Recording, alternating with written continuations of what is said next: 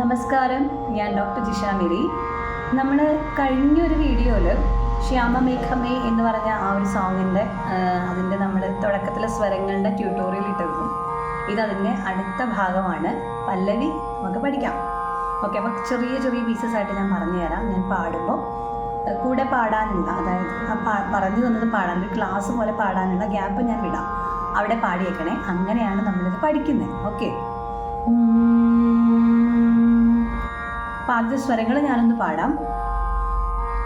നിസഗ സ നിസഗ സ നിസഗ സ നിസഗ സ പാ സഗ മഗ സഗ മഗ സഗ മഗ സഗ മഗ സ നിസഗ സ നിസഗ സ നിസഗ സ നിസഗ സ പാ സഗ മഗ സഗ മഗ സഗ മഗ സഗ മഗ സ സനിപ നിപമ സനിപ നിപമ സനിഗ സമഗ പമ നിപ സനിഗ നിസ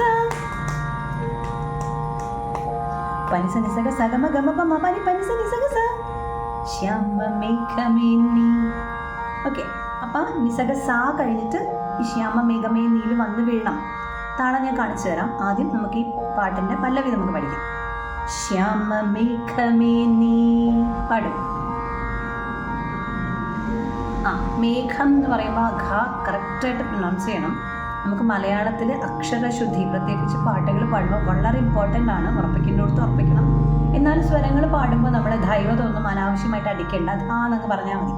പക്ഷേ ബാക്കിയുള്ള നമ്മൾ ലിറിക്സ് പാടുന്ന സമയത്ത് വ്യക്തമായിട്ട് ഉറപ്പിക്കേണ്ടടുത്ത് ഉറപ്പിച്ച് ഗംഭീരത വരുത്തുന്നിടത്ത് വരുത്തിയിട്ട് വേണം ഓരോ അക്ഷരങ്ങളും ഉച്ചരിക്കാനായിട്ട്. ശ്യാമമേഘമേനി പാടും. യദുകുല യദുകുല സ്നേഹദൂതുമായി വാ സ്നേഹദൂതുമായി വാ ഇതുവഴി ഇതുവഴി കാളിന്തി തടത്തിൽ അരിയൊരു അരിയൊരു പ്രേമഹർഷമായി പ്രേമഹർഷമായി.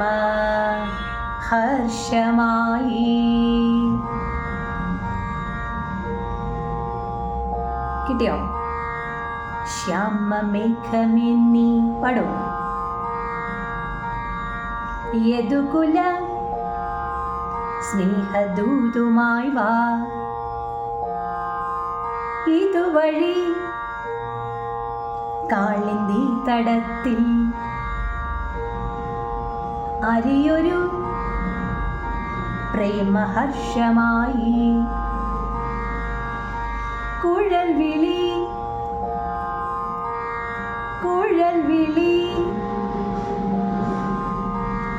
അലനെയ്യും നദി തന്റെ ഹൃദയം പുളകം ഹൃദയം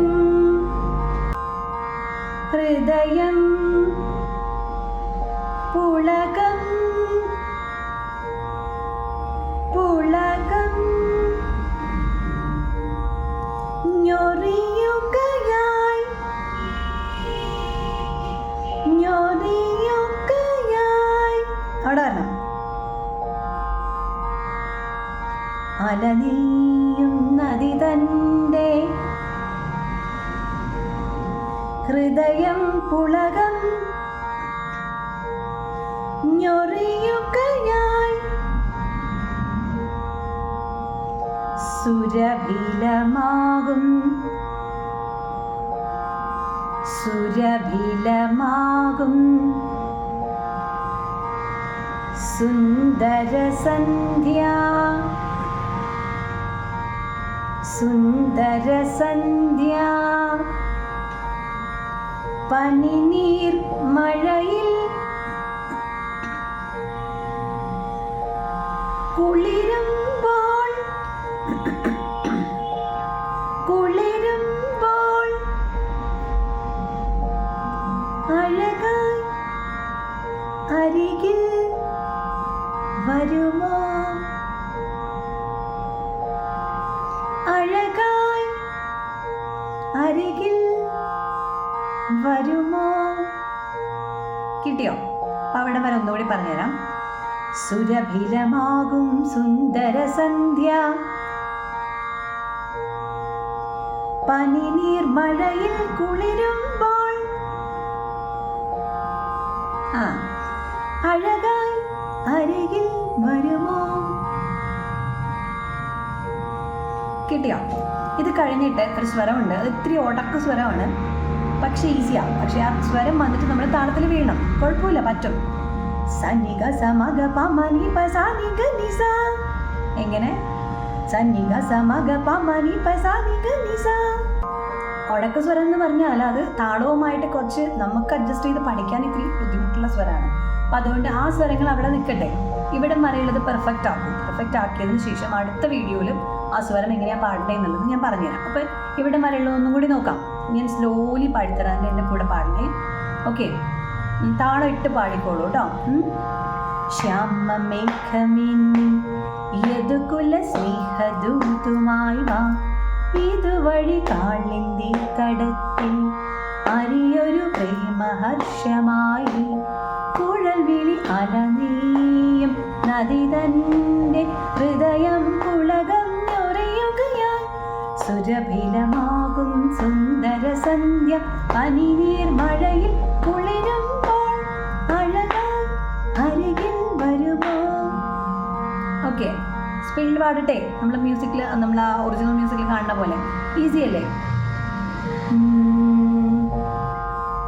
ശ്യാമമേഘമിന്നി യദുകുല സ്നേഹദൂതുമായി വാ, ഇതുവഴി കാളിന്തി തടത്തിൽ അരിയൊരു പ്രേമഹർഷമായി, കുഴൽ വിളി അലനീയം നദി തന്റെ ഹൃദയം പുളകം ഞൊറിയുകയായി, സുരഭിലമാകും സുന്ദര സന്ധ്യ പനിനീർ മഴയിൽ കുളിരുമ്പോൾ അഴകായി അരികിൽ വരുമോ.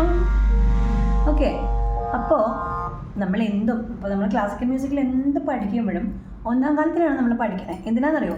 എന്നാലാണ് ഗമകങ്ങൾ ശരിയാവുള്ളൂ, സ്വരസ്ഥാനങ്ങൾ കറക്റ്റ് ആവുള്ളൂ. അങ്ങനെ പഠിച്ചിട്ടാണ് നമ്മൾ സെക്കൻഡ് സ്പീഡ് പാടി, തേർഡ് സ്പീഡ് പാടി, ഈവൻ ഫോർത്ത് സ്പീഡ് വേണ്ടിടത്ത് നമ്മൾ അതിലേക്ക് വരുന്നത്. സ്വരങ്ങൾ ക്ലിയർ ആയിട്ട്, പ്രത്യേകിച്ച് ഇതുപോലെയുള്ള വളരെ കോമൺ ആയിട്ടുള്ള, വളരെ ബ്യൂട്ടിഫുൾ ആയിട്ടുള്ള, ആളുകൾ ഇങ്ങനെ കേട്ട് തഴമ്പിച്ച അല്ലെങ്കിൽ ഇപ്പോഴും കേട്ടുകൊണ്ടിരിക്കുന്ന എവർഗ്രീൻ സോങ്സ് ആണ് ഇതൊക്കെ.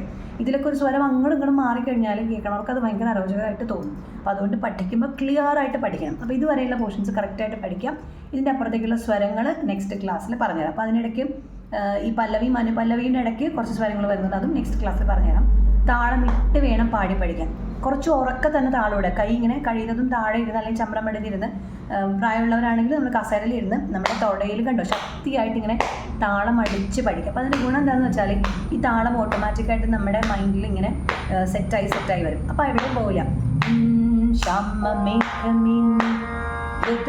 സ്നേഹദൂതുമായി വാ, ഇതുവഴി കാളിന്തി തടത്തിൽ അരിയൊരു പ്രേമഹർഷമായി, കുഴൽ വിളി അലനീയും നദി തന്റെ ഹൃദയം പുളകം ഞൊറിയുകയായി, സുരഭിലമാകും സുന്ദര സന്ധ്യ പനിനീർ മഴയിൽ കുളിരുമ്പോൾ അഴകായി അരികിൽ വരുമോ. സനിക സമഗ പമനി പസാനിക നിസ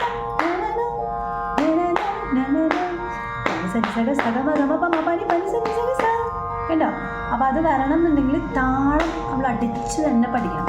താളബോധം നമുക്ക് വരണം. എങ്ങനെയാ? Only by practice. ഇതൊക്കെ പ്രാക്ടീസാണ്. എന്തിനാണ് നമ്മൾ പാടുമ്പോൾ ശ്രുതിയിട്ടിട്ട് പാടണേ? ആദ്യം നമ്മൾ എന്താ പറയുക, നിലത്ത് കൂടെ നടക്കാൻ പഠിക്കണം അല്ലേ? എന്നിട്ടാണ് നമ്മൾ പറന്നു പോകുന്നത്. മുട്ടിൽ കഴിഞ്ഞ് നടന്നിട്ടാണ് നമ്മൾ നേരെ നിവർന്ന് നടക്കണേ. അതേപോലെ ശ്രുതി ഇട്ടിട്ട് ആദ്യം നമ്മൾ ഒരുപാട് തവണ പ്രാക്ടീസ് ചെയ്യുമ്പോഴാണ് നമുക്ക് ഒരു പാട്ട് പാടുമ്പോൾ പിച്ച് ഔട്ട് ആവാതെ നമുക്ക് പാടാൻ പറ്റാം. അപ്പോൾ അത് ആ പ്രാക്ടീസിൽ നിന്നാണ് നമുക്ക് ആ ശ്രുതി നമ്മുടെ മൈൻഡിൽ കൃത്യമായിട്ട് അത് എന്താ പറയുക, അത് ഇങ്ങനെ അച്ചടിച്ച പോലെ ആ ശ്രുതി കിടക്കും. നമ്മളൊരു ശ്രുതിയിൽ തുടങ്ങിയാലും ആ ശ്രുതിയിൽ പാടി അവസാനിപ്പിക്കാൻ പറ്റും. പണ്ട് ഈ സരിഗമ പോലെയുള്ള കോമ്പറ്റീഷൻസ് ടി വിയിൽ ലൈവ് ഷോസ് ഉണ്ടായിരുന്നല്ലോ, അപ്പോൾ അതിൽ വൺ ഓഫ് ദ സെഗ്മെൻറ്റ് ഇങ്ങനെയായിരുന്നു. അതായത് ഒരു പാട്ട് തുടക്കത്തിൽ ശ്രുതി ഇട്ടിട്ട് പാടാൻ പറയും, എന്നിട്ട് പാടിക്കൊണ്ടിരിക്കുന്ന സമയത്ത് ആ ശ്രുതി വിഡ്രോ ചെയ്യും, എന്നിട്ട് കുറച്ച് സമയം ആ പാട്ട് കണ്ടിന്യൂസ് ആയിട്ട് പാടണം. പാടിക്കഴിഞ്ഞ് ഒരു പർട്ടിക്കുലർ പോർഷൻ കഴിയുമ്പോൾ ശ്രുതി വീണ്ടും ഓണാവും. അപ്പോൾ അതേ ശ്രുതിയിലാണോ നിൽക്കണേ എന്നുള്ളതാണ് നോക്കണേ. അങ്ങനത്തെ സെഗ്മെൻറ്റ് ഇപ്പോൾ ഇല്ലയെന്ന് തോന്നുന്നു. കാരണം ആളുടെ മ്യൂസിക് സെൻസാണ് അളക്കുന്നത്. അതായത് ഇത്ര കൃത്യമായിട്ട് അത് ആ ശ്രുതിയിൽ പാടാൻ പറ്റും എന്നുള്ളതാണ് അവർ നോക്കണം. മനസ്സിലായോ? അപ്പോൾ അതുകൊണ്ട് എപ്പോഴും പാടി പഠിക്കുന്ന സമയത്ത് ശ്രുതി കൂടെ ഉണ്ടാവുക. ജാൽറ എന്ന് പറയുന്ന ആപ്ലിക്കേഷനാണ് ഞാൻ യൂസ് ചെയ്യുന്നത്. ജാൽറ, JALRA, ജാൽറ. ആ ആപ്ലിക്കേഷൻ പ്ലേ സ്റ്റോറിൽ അവൈലബിൾ ആണ്. JALRA അവൈലബിൾ ആണ്. അതിൽ മൃദംഗവും അതുപോലെ തവിളിൻ്റെ സൗണ്ടും നമുക്ക് കേൾക്കാൻ പറ്റും. അപ്പോൾ അത് തവിളല്ല, നമ്മൾ ഈ ലത്താളത്തിൻ്റെ സൗണ്ടും നമുക്കതിൽ ഇടാൻ പറ്റും. അപ്പോൾ അതിട്ടിട്ട് നമ്മൾ പാടി പഠിക്കുകയാണെങ്കിൽ നമുക്ക് ഭയങ്കര ഈസി ആയിട്ട് നമ്മളൊരു കരോക്കേൻ്റെ കൂടെ പാടുന്ന ഒരു സുഖത്തിൽ നമുക്ക് പ്രാക്ടീസ് ചെയ്യാനും പറ്റും. ഓക്കെ, ഈവൻ നമുക്കൊരു വീഡിയോ ഒക്കെ ചെയ്യണം എന്നുണ്ടെങ്കിൽ, ഒരു ഷോർട്ട് വീഡിയോ ഒക്കെ ചെയ്യണം, നമ്മൾ പഠിച്ചുകൊണ്ടിരിക്കുമ്പോൾ ചെയ്യണം എന്നുണ്ടെങ്കിൽ ഇത് ഇട്ടിട്ട് അതിൻ്റെ കൂടെ പാടി നമ്മളൊരു വീഡിയോ ഒക്കെ പോസ്റ്റ് ചെയ്യുകയാണെങ്കിൽ ആൾക്കാർക്ക് ഈവൻ നമ്മൾ പഠിച്ച് തുടങ്ങുമ്പോൾ തന്നെ ആളുകളെ നമുക്ക് ഇതിനെ കൊണ്ട് സന്തോഷിപ്പിക്കാനും പറ്റും.